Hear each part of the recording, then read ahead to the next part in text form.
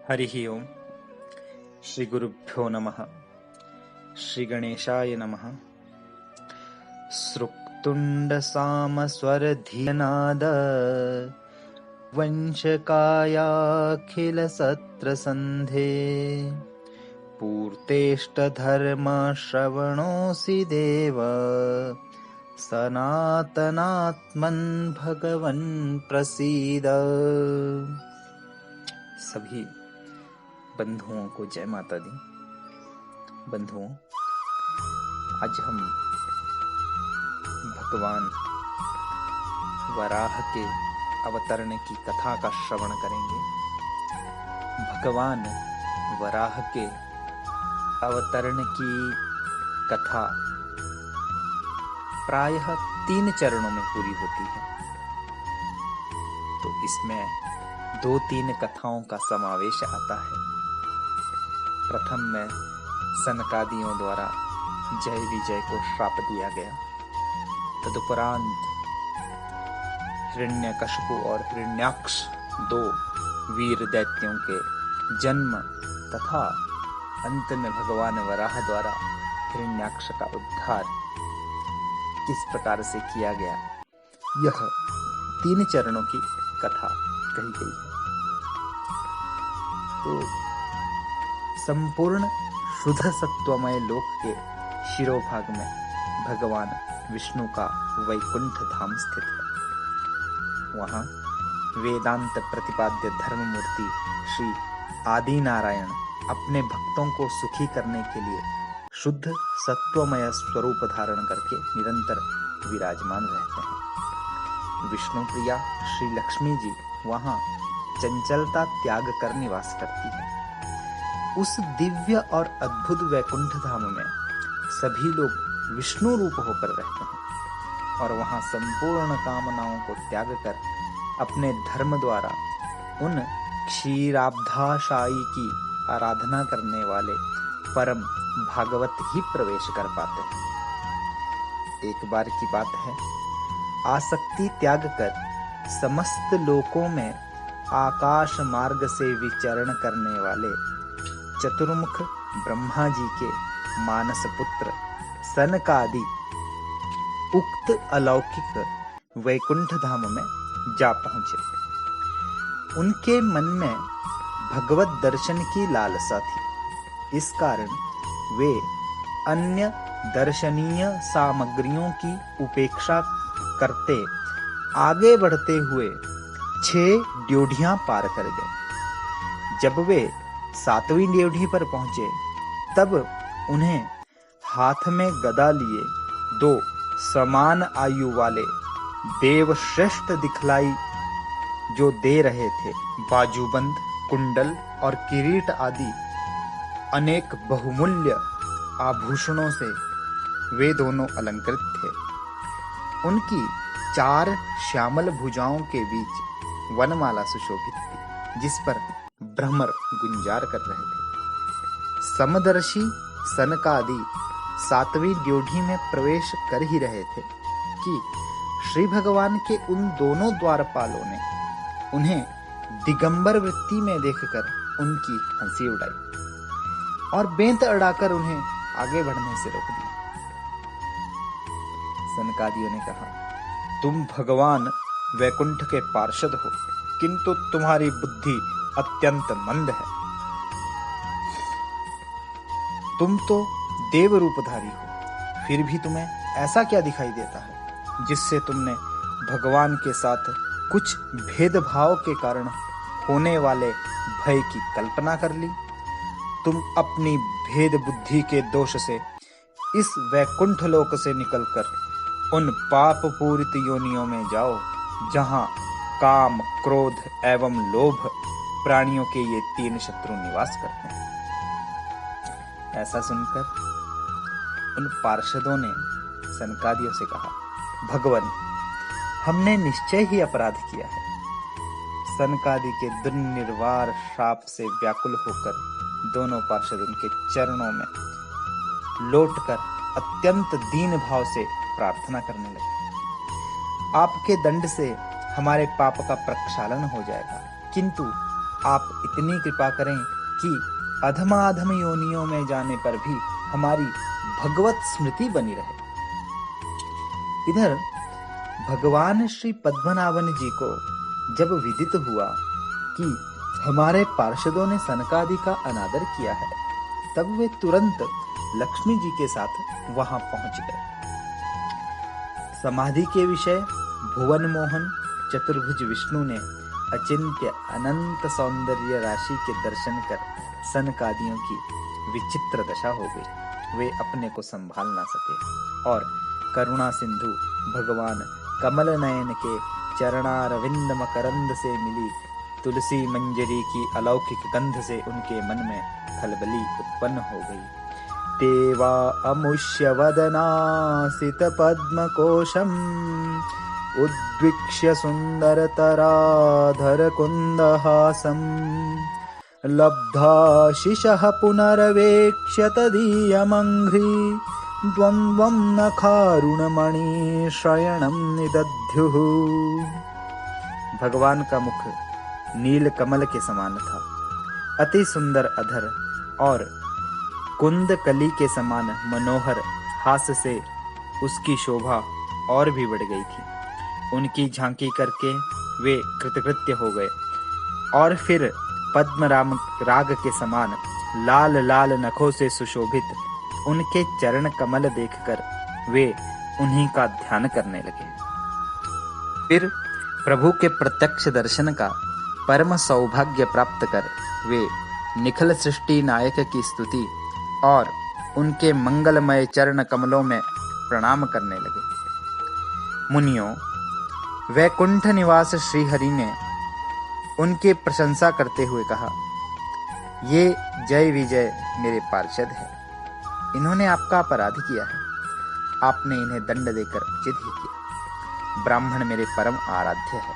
मेरे अनुचरों के द्वारा आप लोगों का जो अनादर हुआ है उसे मैं अपने द्वारा ही किया मानता हूँ। मैं आप लोगों से प्रसन्नता की भिक्षा मांगता हूँ। त्रैलोक्यनाथ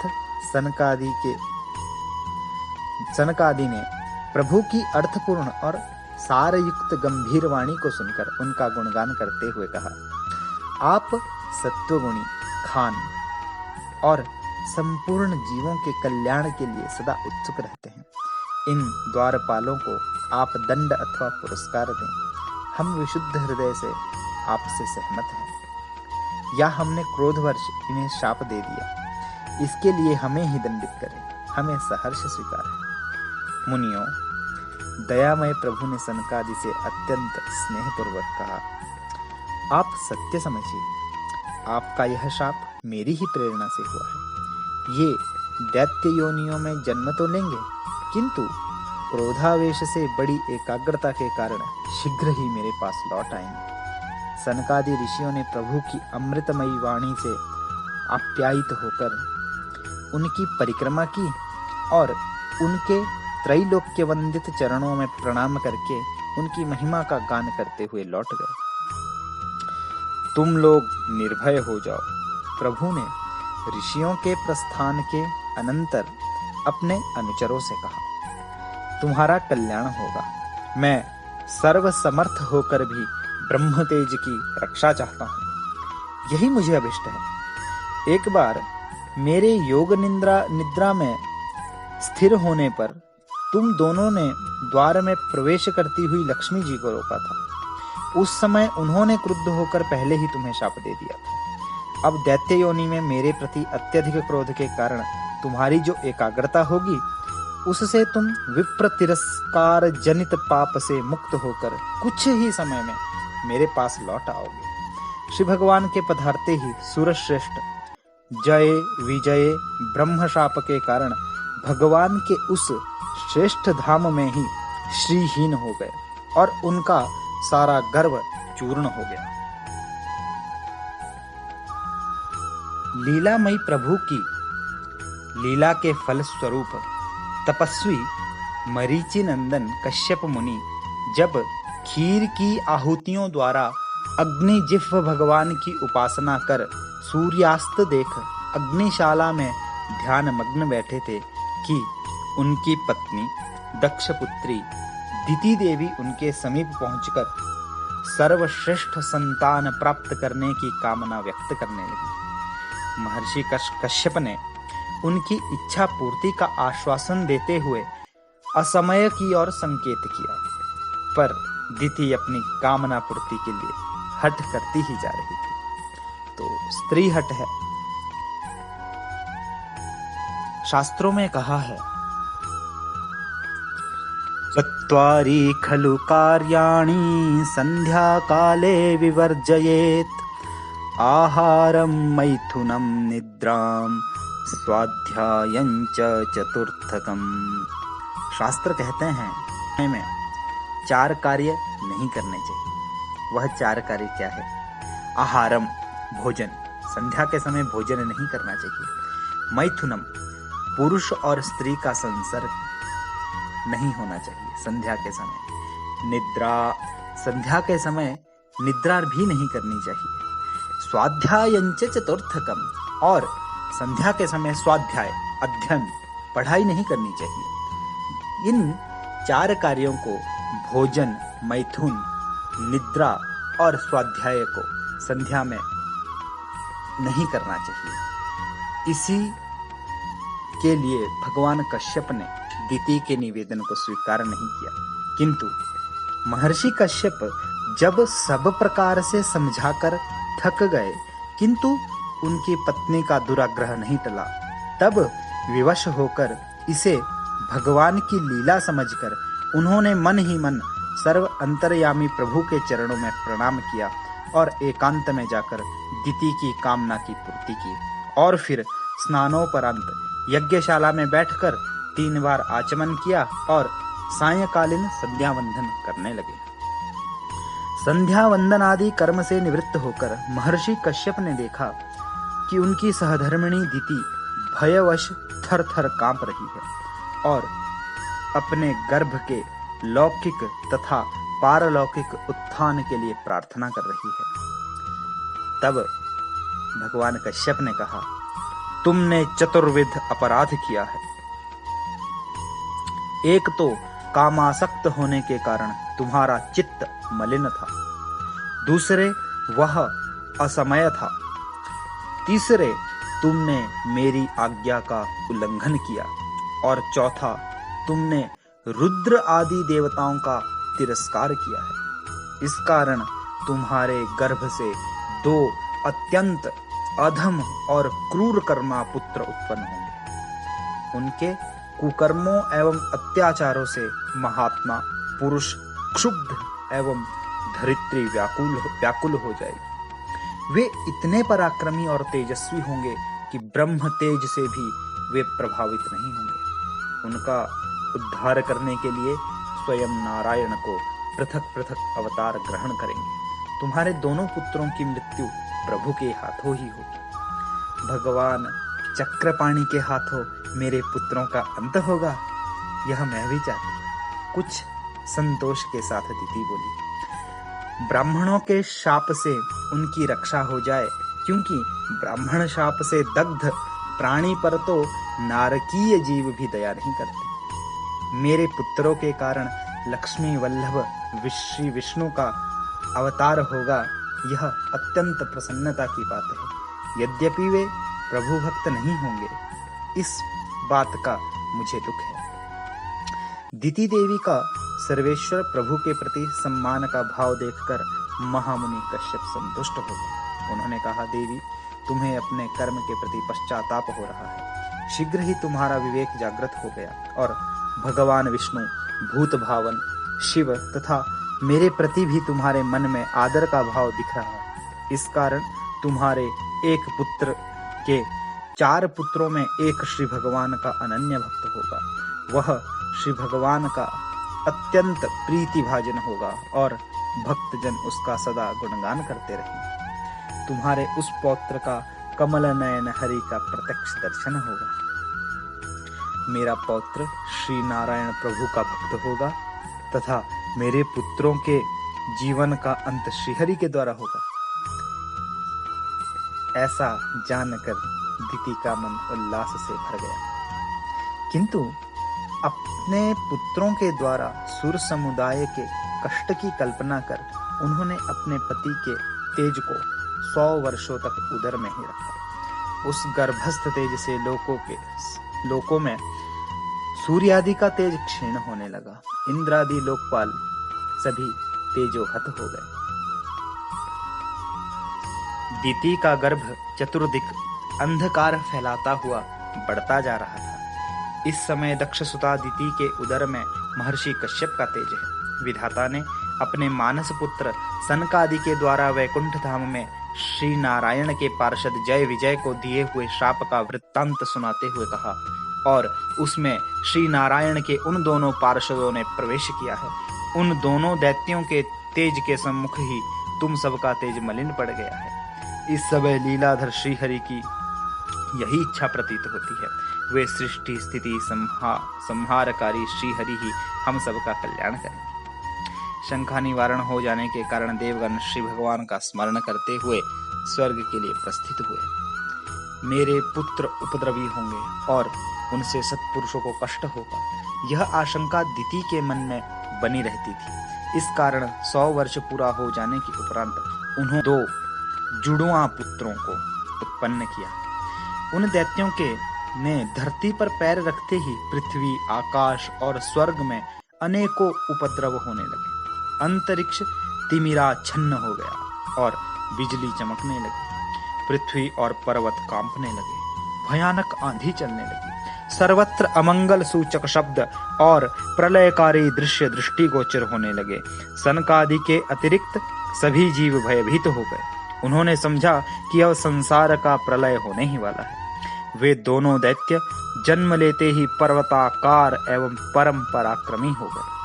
प्रजापति कश्यप जी ने उनमें से जो उनके वीर्य से दीति के गर्भ में पहले स्थापित हुआ था, उसका नाम हिरण्यकशिपु तथा जो दीति के गर्भ से पृथ्वी पर पहले आया, उसका नाम हिरण्याक्ष रखा। हिरण्यकशिपु और हिरण्याक्ष दोनों भाइयों में बड़ी प्रीति थी। दोनों एक दूसरे को प्राणाधिक प्यार करते थे। हिरण्याक्ष ने अपनी विशाल गदा को कंधे पर रखा और स्वर्ग जा पहुंचा। इंद्रादि देवताओं के लिए उसका सामना करना संभव नहीं था। सब भयभीत होकर छिप गए। एक बार उसने सोचा, मर्त्यलोक में रहने वाला पुरुष पृथ्वी पर रहकर देवताओं का यजन करेंगे। इससे उनका बल, वीर्य और तेज बढ़ जाएगा। यह सोचकर महान असुर हिरण्याक्ष ब्रह्मा जी द्वारा सृष्टि रचना की जाने पर उसे धारण करने की भूमि में जो धारणा शक्ति थी, उसे ले जाकर जल के भीतर ही भीतर रसातल में चला गया।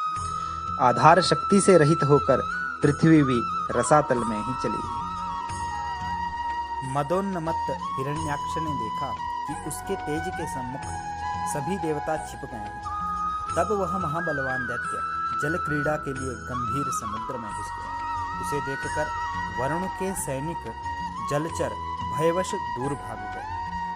इस प्रकार प्रतिपक्षी को ढूंढते हुए वह वरुण की राजधानी विभावरीपुरी में जा पहुंचा। मुझे युद्ध की भिक्षा दीजिए। बड़ी ही अशिष्टता से उसने वरुण देव को प्रणाम करते हुए व्यंग्य सहित कहा, आपने कितने ही पराक्रमियों के वीर्य मद को चूर्ण किया है। एक बार आपने संपूर्ण दैत्यों को पराजित कर राजसूय यज्ञ भी किया था। कृपया मेरी युद्ध की क्षुधा का निवारण कीजिए। इस पर वरुण देव ने कहा, अभी तो मेरी युद्ध की इच्छा नहीं है वीर। मेरी दृष्टि में श्री हरि के अतिरिक्त अन्य कोई योद्धा नहीं दिखता जो तुम्हारे जैसे वीर पुंगव को संतुष्ट कर सके। तुम उन्हीं के पास जाओ, उनसे भिड़ने पर तुम्हारा अहंकार शांत हो जाएगा। एक बार सत्य संकल्प ब्रह्मा जी सृष्टि विस्तार के लिए मन ही मन श्री हरि का स्मरण कर रहे थे, तो उनके शरीर के 2 भाग हो गए, एक नर और एक स्त्री। नर भाग में से महाराज मनु का और स्त्री में से एक स्त्री जिसका नाम शतरूपा रखा। ब्रह्मा जी ने कहा, आप दोनों पति पत्नी होंगे, क्योंकि यह मेरे आधे अंग से उत्पन्न हुई है।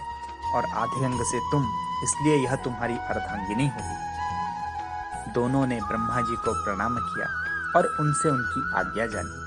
ब्रह्मा जी ने कहा, मैंने सृष्टि के विस्तार के लिए तुम दोनों को पैदा किया है और सृष्टि का विस्तार चाहते हैं।